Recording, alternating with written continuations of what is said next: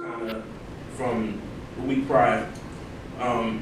So we had Vikings DBs admit to ditching the head coach's game plan and loss versus the Packers.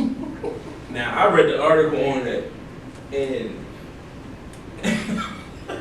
Shame on them. yo, Jordy Nelson had his best game against them because they didn't do what the coach said to do. Best game of the season or best game of his career? I think it was like he had 9 catches for 100-something yards. I think he said like one of the best games of his career or something like that.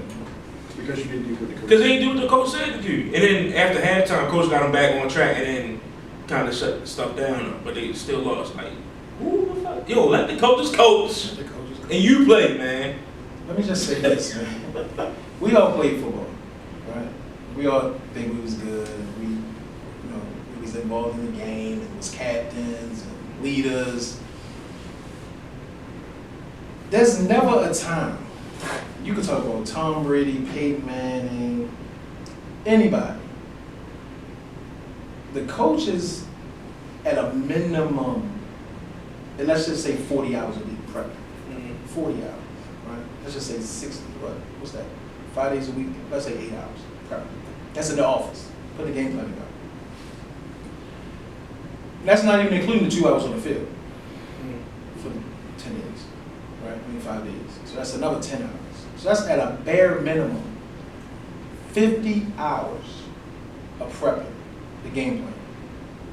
There's not one football player that's a player that can ever put a game plan together and make a decision that's going to top that what's on that script. Ever. They think they can. They think you can. Every player think, they got the decisions. But yeah. It's endless hours of film. They call in something for a reason. At least let it fail first. Right. Right. Don't just go. Just don't chop the whole thing up. Like It was almost like, oh, we don't like this game, like we're gonna do this, we're gonna do it this way. yeah. And then he scorched that. It got fried. And see, the game plan was for them to have Rhodes, who's their best DB, to shadow Jordy Nelson. So here's the stat line.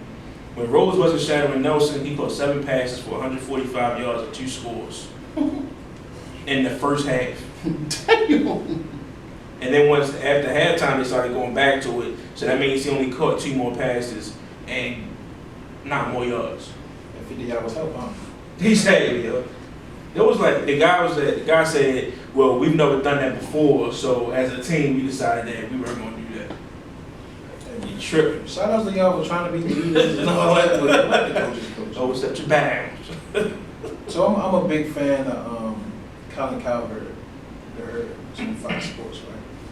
So he was out for the winter break, and he had Chris Carter and Nick Wright substituted for him. And Nick Wright was trying to make some comparisons to like Aaron Rodgers and Peyton Manning when he came out, Tom Brady, Peyton Manning. And he was trying to give him props for calling his own offense. I think that's what it was. He was like, such and such will never be that guy because he doesn't call his own offense like Peyton Manning, like Tom Brady, like blah, blah, blah.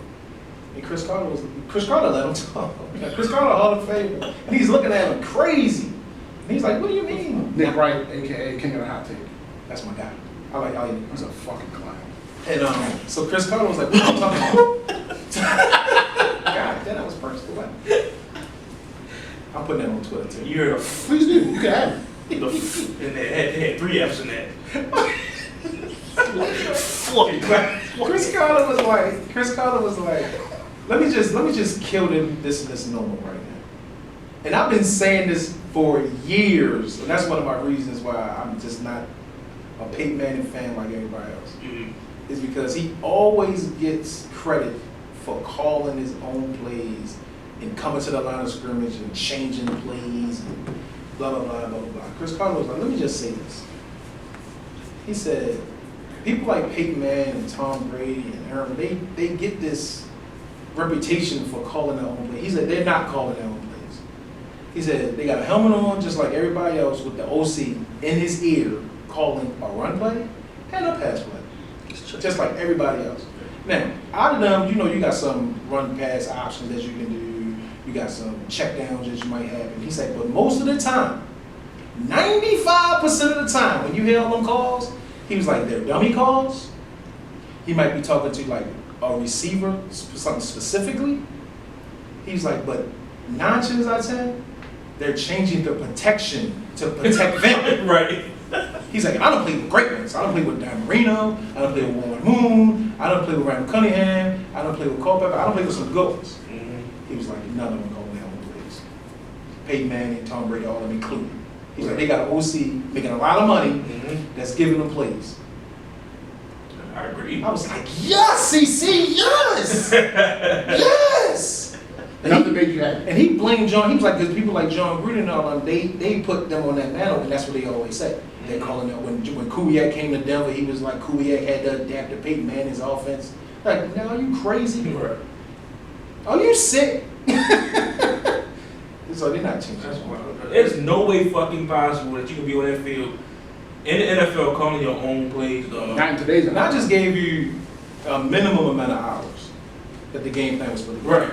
50 hours of film, worst case scenarios, and it's all on a script. And it's to the point where they got hundreds of plays on this script.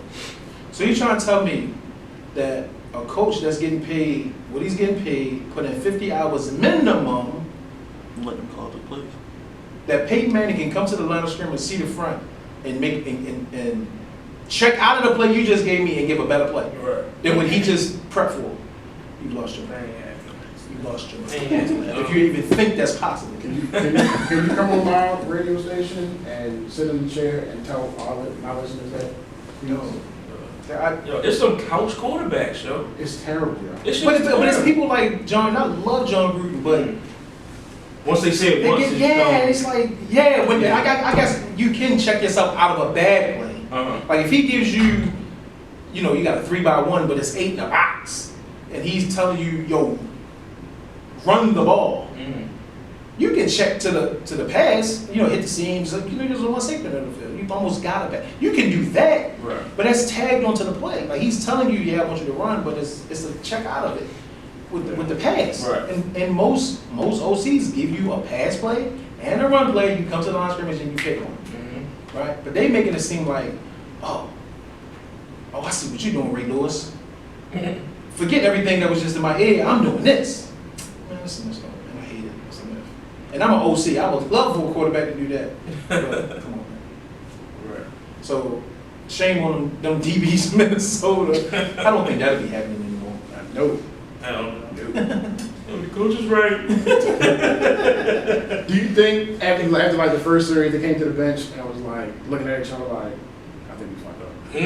Oh yeah. Halftime in the locker room. Y'all know you fucked up, right? You know you fucked up, right? All right. So next up we have Terry Bradshaw comments on Mike Tomlin saying that he's not a great coach. It doesn't even come to his mind when you think about a great coach. He's an okay coach and he's more of a cheerleader guy. So what y'all think about that? Says the guy who threw more interceptions than touchdowns for his career. Right. Let me just say this. No, famous way I quote the great Maya Angelou. When somebody show you who they are, believe them. Terry Bradshaw, he's almost in that clown category, like, for real. And I'm gonna tell you where he fucked up at. He fucked up not when he said he's not a great coach, because that's his opinion. He look at him right, but he's comparing him to Chuck Noll, Coach Tim.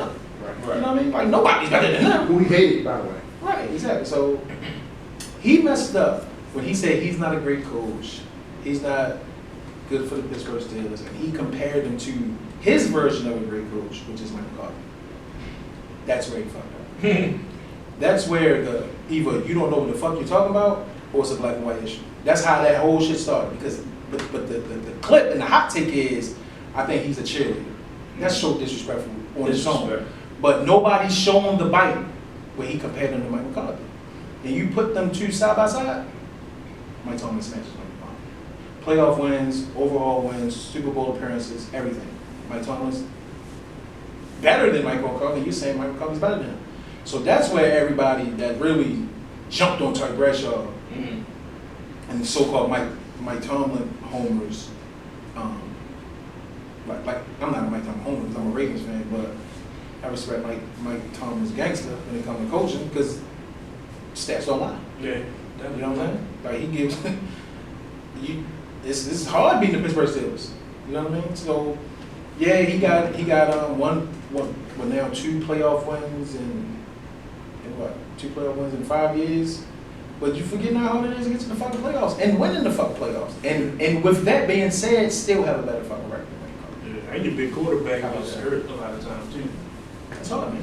Yeah. You lost one of the greatest D coordinators of all time, Nick LeBeau. Yeah. You don't think that shit factors in? And the fact you just call him a cheerleader, that shit. That's so really disrespectful. So Yeah. disrespectful. Like this dude tenured in the league, done what he's done, and you call him a fucking cheerleader. He got rings. He ain't a fucking cheerleader. He got rings. Hey, man, it's hard. Not man. a ring. He got rings. You trying to be CEO of 53 roster Africans. That's making more money. Yeah, we sure don't see Brad up on. He on TV. It is what it is. So shame on Terry Bradshaw for that. Yeah, bullshit. man. I'm sorry, I didn't make that out. It's just terrible. Terrible, Terry Bradshaw. Shame on him. So check out the Super Bowl prediction. Let me get out.